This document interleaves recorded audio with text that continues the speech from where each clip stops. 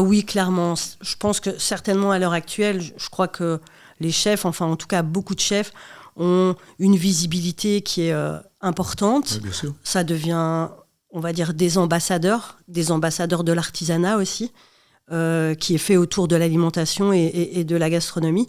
Et je pense que oui, c'est à nous, en tant que chef, et si on est dans cette démarche, évidemment, de le crier haut et fort, de pas jouer un jeu. Je pense que de pas dire je suis local, extrême, alors que je ne le suis pas, mais quand même de sensibiliser vraiment et de dire que en faisant un peu d'effort parfois, c'est déjà énorme, quoi. Et que si tout le monde à la maison arrivait à être conscient et à se dire oui, mais moi maintenant je vais faire cet effort-là, et je crois que ça irait déjà beaucoup mieux.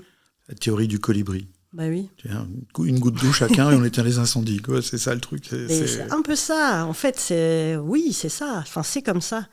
On peut pas demander aux gens de changer à 100% ou de dire mais non, mais maintenant il faut plus du tout faire ça. On sait bien que ça va pas fonctionner comme ça. Donc conscientiser un peu, dire je vais prendre un exemple, mais moi je dis non, je ne vais plus consommer d'avocat et je ne vais plus donner d'avocat. Donc par exemple, je ne donne plus d'avocat, je ne donne pas de saumon dans ma cuisine. J'ai fait des choix. Mais je dis pas que je fais pas autre chose, mais en tout cas, j'ai déjà fait cela. Et je trouve que c'est déjà une démarche. Et plus le travailler localement, plus... Après, bien sûr que je fais venir des produits qui ne sont pas dans un environnement de 100 km. Les langoustines, c'est pas facile dans le Condro. Les langoustines, les Saint-Jacques... La Saint-Jacques de Meuse, c'est pas mal. Je dirais que si on arrive à travailler européen...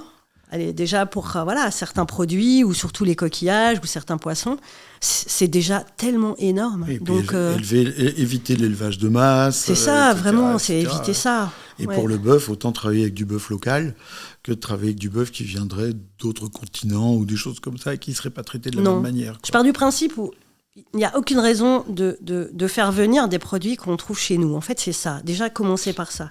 C'est juste numéro 1.